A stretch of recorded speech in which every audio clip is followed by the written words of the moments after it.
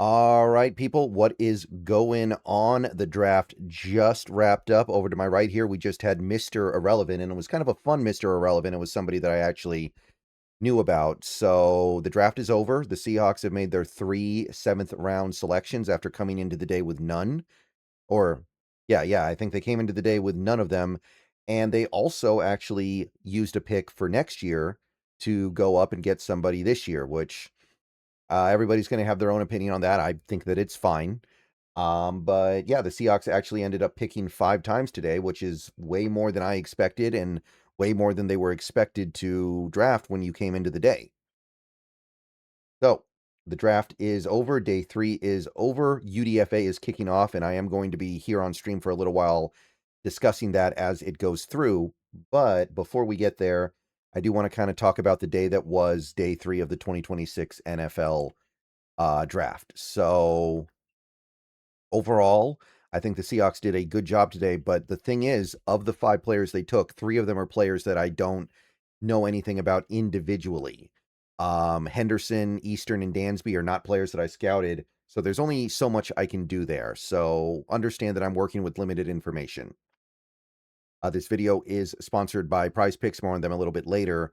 But what I can say about those 3 guys is you have Henderson, wide receiver, clearly brings special teams value. That's the main thing that he brings to the table here. He's a smaller guy, more of a slot guy, not something we necessarily need, but for a late-ish 6th-round pick who brings special teams flexibility, it makes sense. This team cares about special teams a lot. One of the reasons why the Seahawks are Super Bowl champions right now is that they care a lot about special teams. And whereas you have a team like the Rams that purposefully decided not to care about special teams, and look where it got them last season. A team that was clearly capable of winning it all did not, because they blew off special teams. And it wasn't just in the games they played against the Seahawks. Other games they played, they either almost lost or lost in part because their special teams were so bad. So Henderson, okay. Now a guy like Dansby, I truly know nothing about other than the fact that he's small, but I think what you're seeing here is they're trying to really refresh that the secondary a little bit here. They're trying to give themselves opportunities to move off a guy like Jean Charles, maybe even a Nehemiah Pritchett.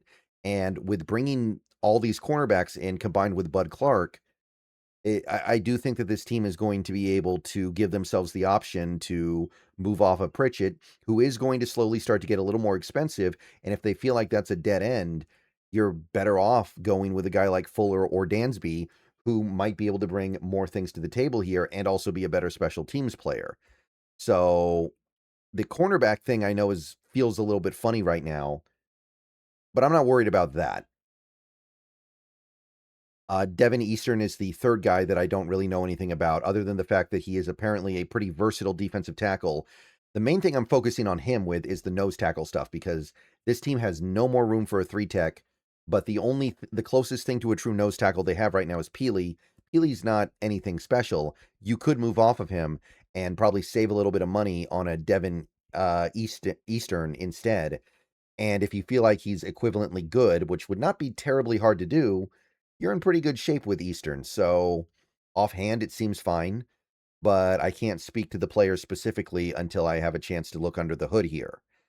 So you have a 2 picks that I do know about. Stevens. Now, Stevens was the guy we actually gave up a 4th-rounder for next year, so I do care about that pick. That pick needed to be good. That pick needed to at least be something of reasonable value, and I would say we pulled that off fairly well. We traded what will be probably a late 4th-round pick for an early 5th-round pick, and we got Brandon Stevens out of it. Now, I will say this, I'm not convinced Stevens will ever be a good starter in this league. I think he caps out as a poor starter or a very good backup because he is so physically limited. But I will say he does fit our scheme, and there is something to be said for being able to play in zone even if you're not the most physically gifted. If you like sports, the best way to make them better and more exciting is using Prize Picks, where it always feels good to be right. Prize Picks, all you got to do is pick more or less on your favorite players' projections and build lineups with a few taps. It's the daily fantasy stuff, but it's made super easy over there. Whatever sport you're into, give it a shot. And right now, Prize Picks is hooking up users with $50 in lineups after you play your first $5 lineup. All you have to do is use promo code HMA. I've had a great time on Prize Picks so far. It makes this daily fantasy thing very easy, and it makes watching the games way more exciting. Be sure to check out the social feeds feature so you can share lineups with your friends and tail partners or even fade their picks. Right now, Prize Picks is offering odds on the NFL draft. You have who's going to go where, what each team is going to do, how many of each position is going to go in each round, and so on and so on. Get on over to Prize Picks. Take advantage of that. So download Prize Picks today, America's #1 sports app, and remember to use the promo code HMA. And remember, always gamble responsibly. So that is something to keep in mind here. I do think that Stevens might cap out as a backup. A lot of people in the chat, a lot of comments out there are like, oh, we got the Anthony Bradford replacement. I'm not so sure, especially not in year one. I would be very surprised if Stevens took Bradford's job. I think that what this draft showed, if anything, is that the Seahawks like Bradford and think he's good. If they didn't think that, they had every opportunity to take Gennings Dunker, and they didn't. Instead, they took a guy like Stevens, who might not even be a right guard. I look at him and I see more of a center because of how short his arms are, maybe even a left guard because he's a little bit more of a zone guy than he is a mauler. So I struggle with that. But it's a good pick. Getting a good backup interior lineman who might be able to play multiple positions in the 5th round of this draft is good. And one thing to keep in mind is next year the Seahawks are in line to have 12 picks. They're now in line to have 11. You can't have too many picks in one draft, or you're not going to be able to have meaningful, good picks because too many players won't make the team. Like, even in a draft like this, where we came in with 4 picks, we did end up with 8. Some of these guys may not make the team, so it's tough.